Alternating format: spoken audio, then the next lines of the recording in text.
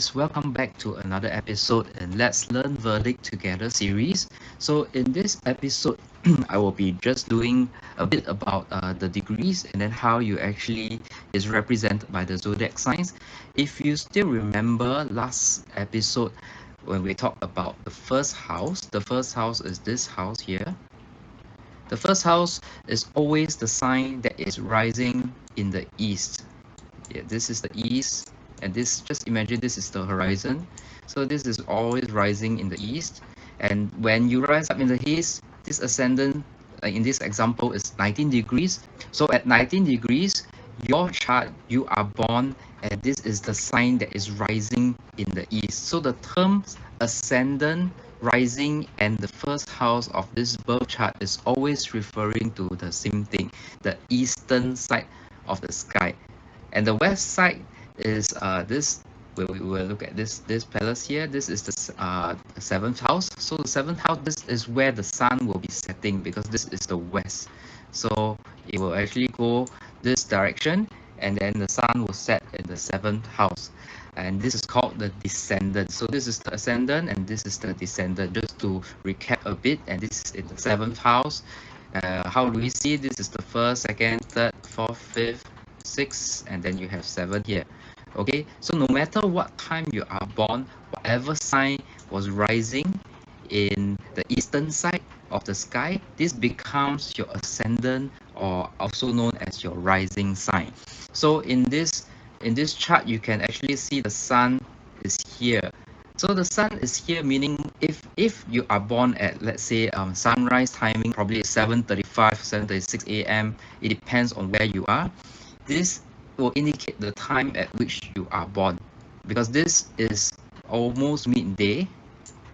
This is almost midday. If the sun is in here, it means it's in 12 noon. So this is probably between 10 to 12, 11:59 a.m. So this is how we actually see the timing, and we can look at just where the sun is located to get a gauge of this. So because there are 12 houses, there are 12 zodiac signs. Let me just remove this first. So there are 12 houses as we know it in Vedic. So each sign will occupy each house. Okay, so 12 zodiac signs. So a single planet, if you just remember that a single planet will not stay in each zodiac sign. Like for example, Mars will not stay here forever. So this single planet is always moving. All these planets are always moving constantly. So this planet is moving even when you are at the time of your birth. When you are born, we take a snapshot in this chart of the sky, and then the planets continue to move. Okay, so the planets will continue to move, and this. So just take note that Rahu and Ketu is going the opposite, because they are always in retrograde. If you look at the R, so they're always in the opposite direction, whereas the rest of the planets is going to counterclockwise. Okay, and so let's say if you have Venus at like 15 degrees Virgo, do not think that it's just always sitting at 15 degrees. Like let's say the Saturn is not always sitting at 18 degrees. It's always constantly moving. And just take note that if this is like say 18 degrees in this 8th house, which is ruled by Saturn as well. So this Saturn actually feels very comfortable at home. So it actually shares certain qualities, because it is actually 18 degrees out of 30 degrees. Each house is 30 degrees. So let's come to this example just to explain one point. Let's take a look at this Saturn at 18 degrees. This is sitting in Capricorn. So Capricorn is ruled by Saturn. So that is 18 degrees into Capricorn. So where is the other 12 degrees in this place? The 12 degrees is with Sagittarius. Okay, so this 12 degrees Sagittarius, 18 degrees in Saturn. So it's not entirely 100% effect. It's actually shared between Sagittarius and Capricorn, affecting this Saturn.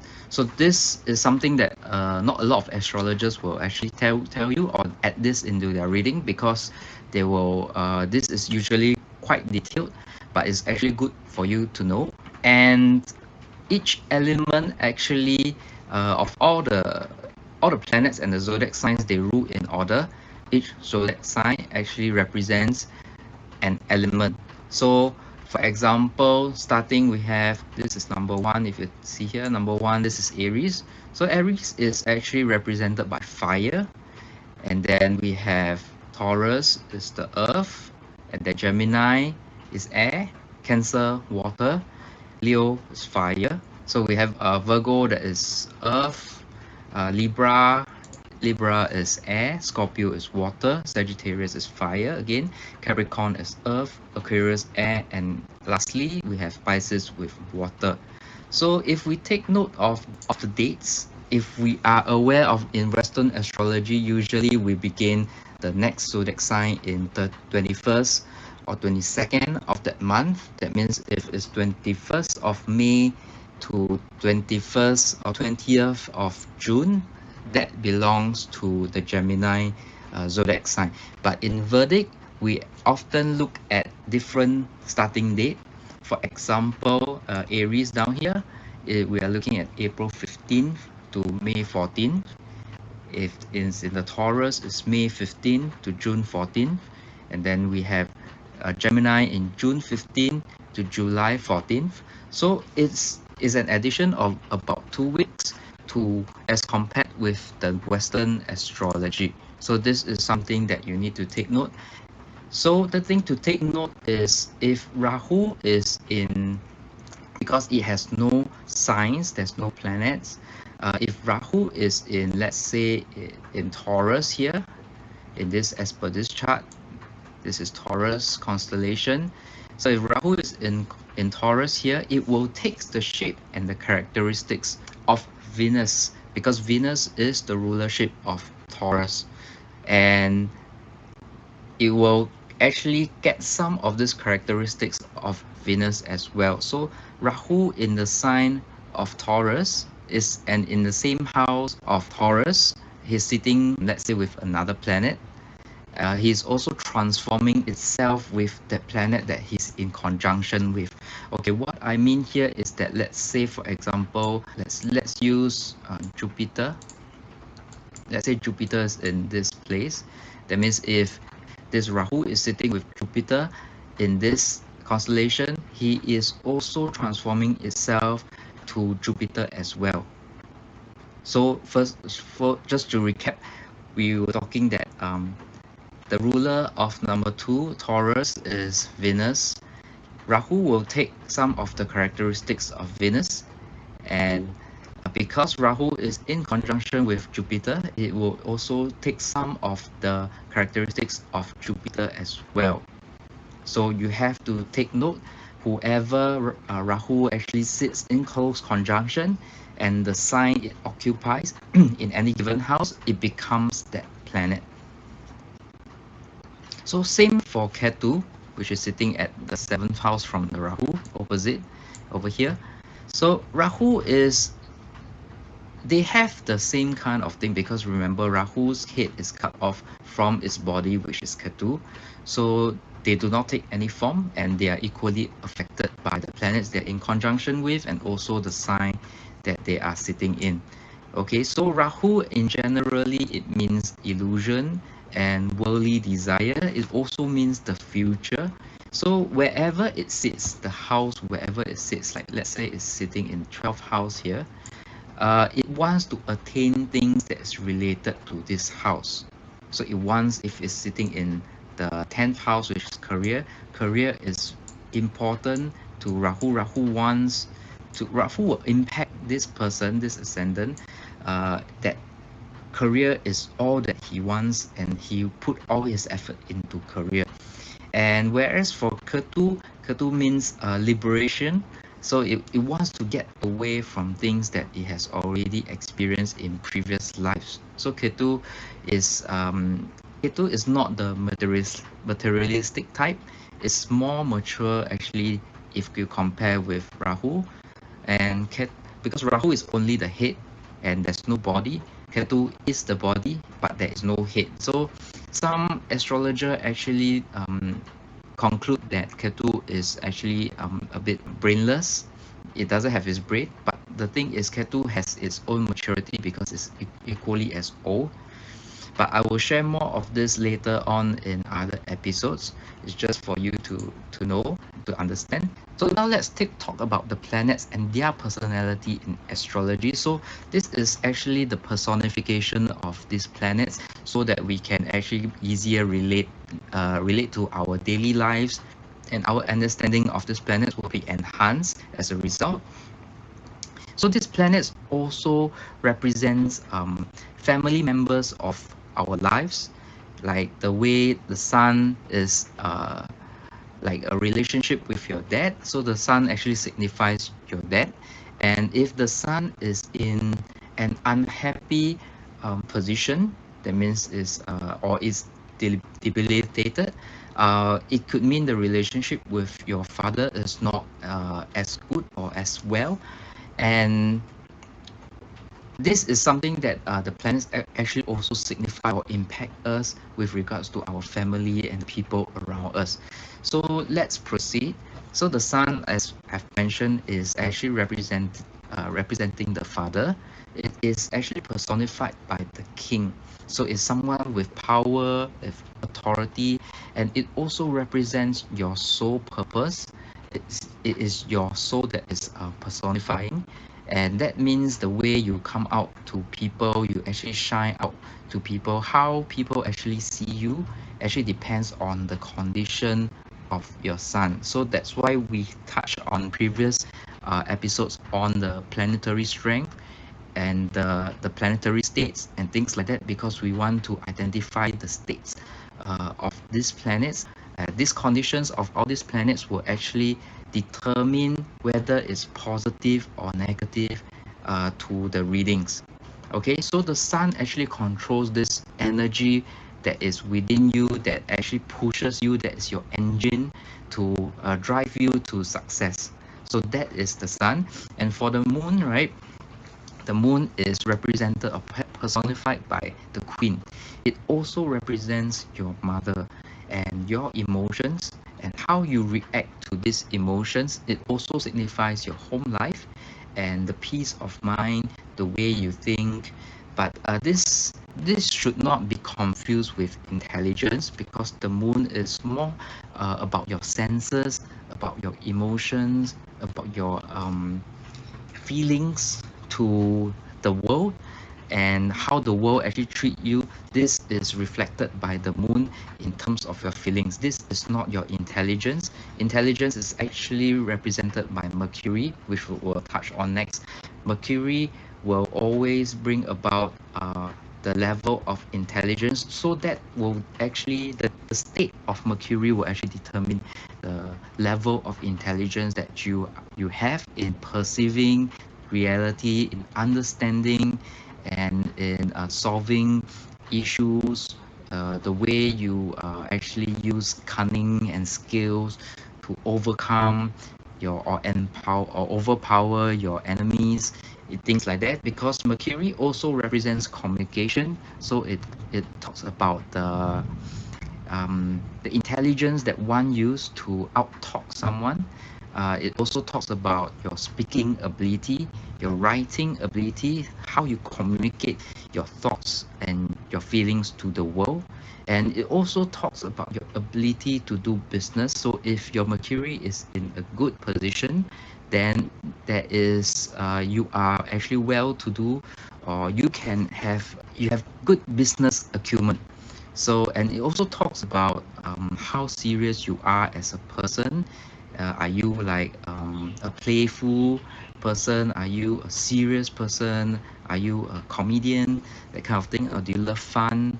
And it all depends on Mercury, because Mercury is personified by the prince. Right? Remember, the sun as the king, the mother is the queen is represented by moon. So Mercury is the prince, and the prince, you know that he has some authority, but he is not going to take life seriously, because he is given a lot of things just from birth. He has this authority, and he can be going around ordering people. He can appear to be playful, and but then he is still someone who is respected by people, because after all he is the son of the king. So Mercury is that. And Venus is the princess, as opposed to Mercury being the prince. So Venus can represent to a guy, the wife, the girlfriend, but princess Venus princess is not a queen. So there are two different personalities. The queen is more mature. The queen will be handling serious kingdoms issues, but princess is the one that is just as playful as the prince, just as playful as Mercury.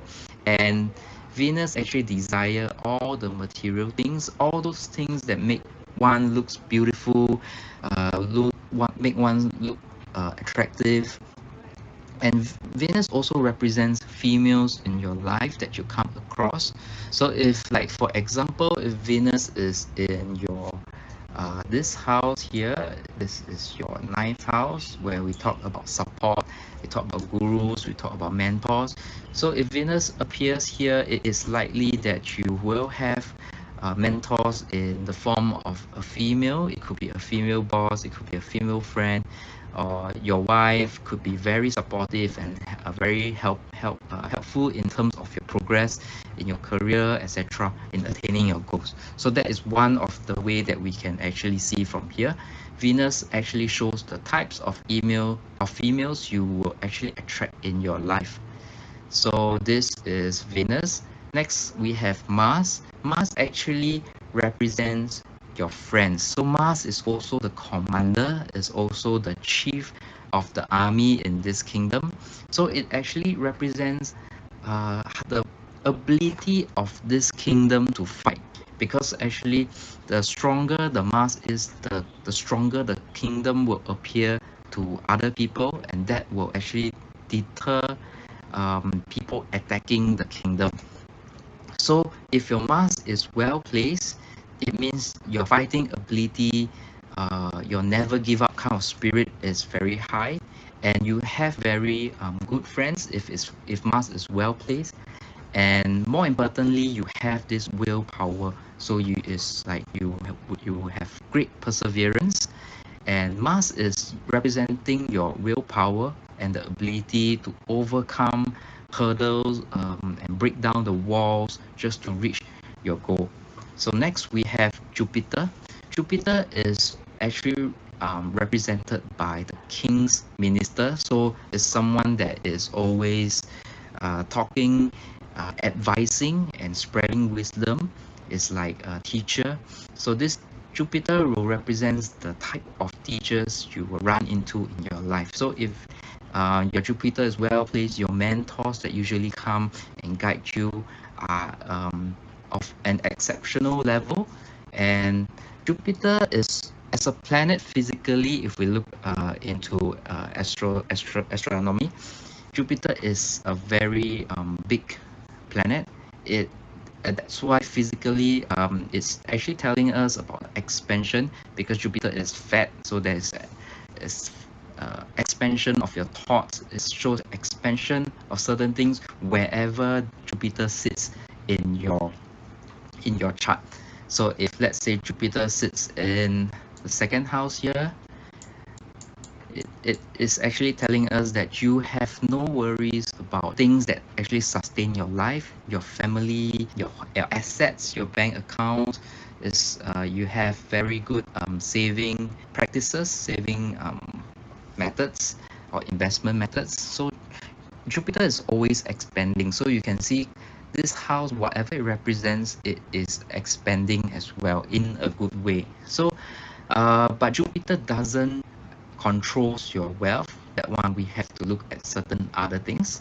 The wealth actually depends on not Jupiter, but actually depends on your Venus and your Saturn.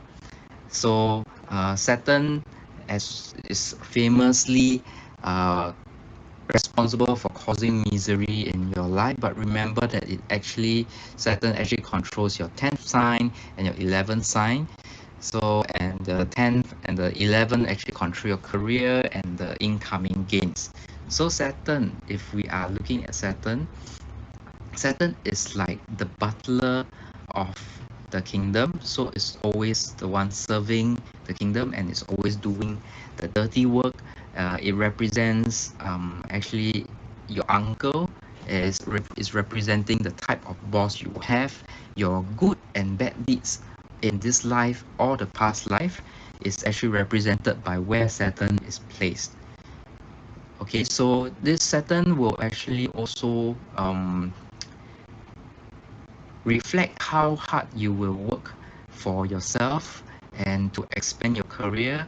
This is your true career, your true wealth, and it also tells you whether you are a late boomer. It also tells you whether your level of maturity is there to actually receive certain prizes, certain rewards of your hard work.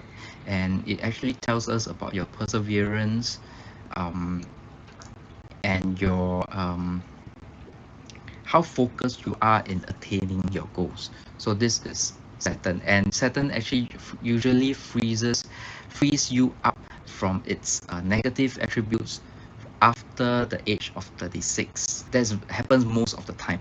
So Saturn in the seventh house, if we look at this ones, if Saturn is sitting down here, then this is actually a place where you will be expected, because this is where you sit.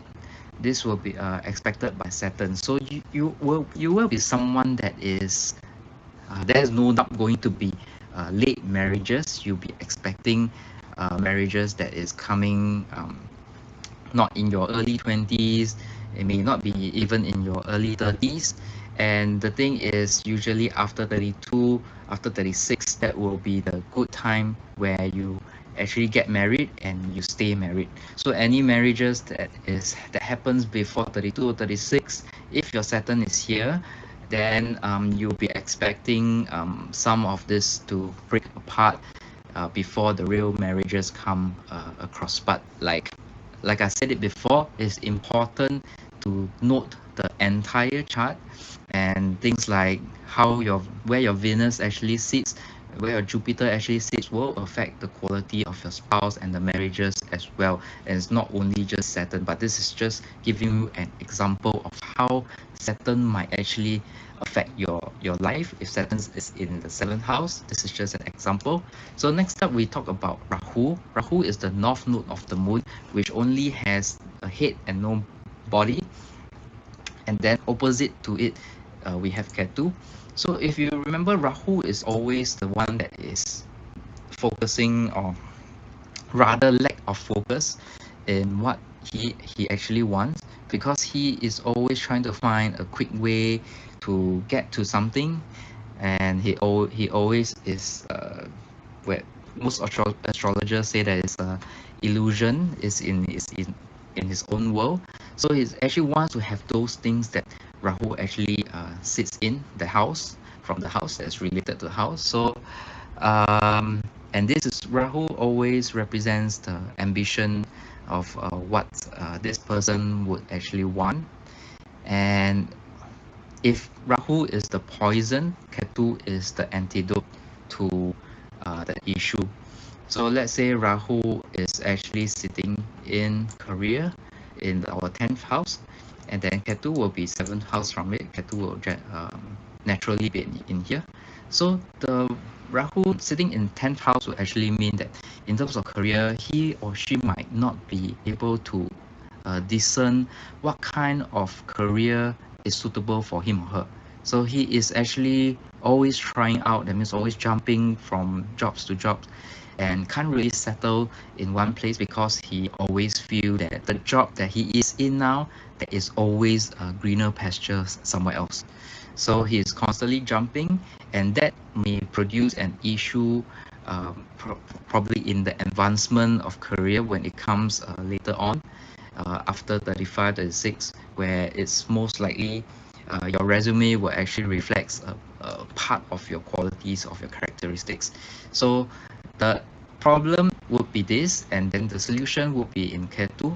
So the solution might be someone that's close to you in your family, or your mother can be the one advising you on this career. So this is where the antidote to this issue will be at. So that is how you actually see. So Ketu is the rest of the body, but this is the body without a head, and some astrologers say that Ketu is dumb, is because he cannot think, and he's just a loner. Ketu likes to be alone, and this is very contrary to Rahu, because Rahu is very materialistic, right? He has all these desires of the world, but Ketu is the one that does not want all these worldly things. He's just opposite of Rahu. If Rahu is sitting in this place where you want what the house is the most, that means if Rahu is sitting in career, he wants a good career the most. Ketu is what you want the least. Okay, so Ketu in, like, for example, in this example, in the 4th house, Ketu feels like his house, his home is something that he is sufficiently given, so he is not so after building a new home or building a good home. So he is already, he has less desires to get the things related to the home. So because he feels like he's already experienced a good life, a good home in where he sits. So this is Ketu would not really care about where the houses where he sits in. So this is one thing to take note. And let's say, for example, let me just clean this off. So let's say, for example, Ketu in our favorite spouse palace. So if Ketu is here in the 7th house, regardless of this sign which is he's in, he will actually make you don't really like that idea of marriage.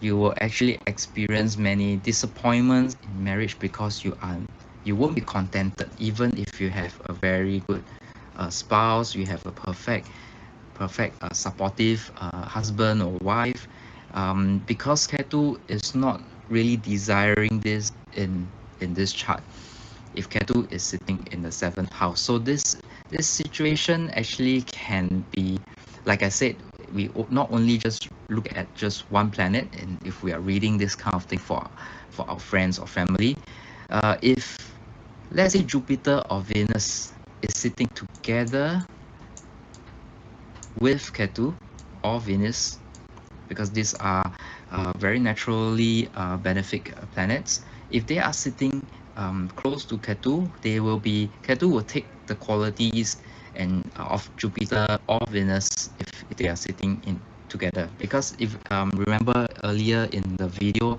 I actually talked about Rahu and Ketu taking the characteristics, whatever sign he is sitting in, and whatever planets that's closely in conjunction with Ketu or Rahu. Okay, so this can be nullified if Ketu is here and Jupiter is here. Then he can actually have a very good marriage in the world, because Ketu is mature. He actually has a very good and supportive spouse. So this is what we can actually see from this. And if Ketu is, let's say, in the 5th house over here, then this is the house of children, is the house of fun. So this person actually probably won't be interested much in having babies.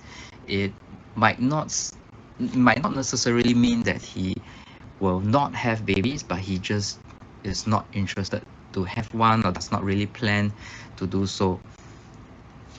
So just take note that Rahu and Ketu is always opposite each other, and they are always 7th house from each other.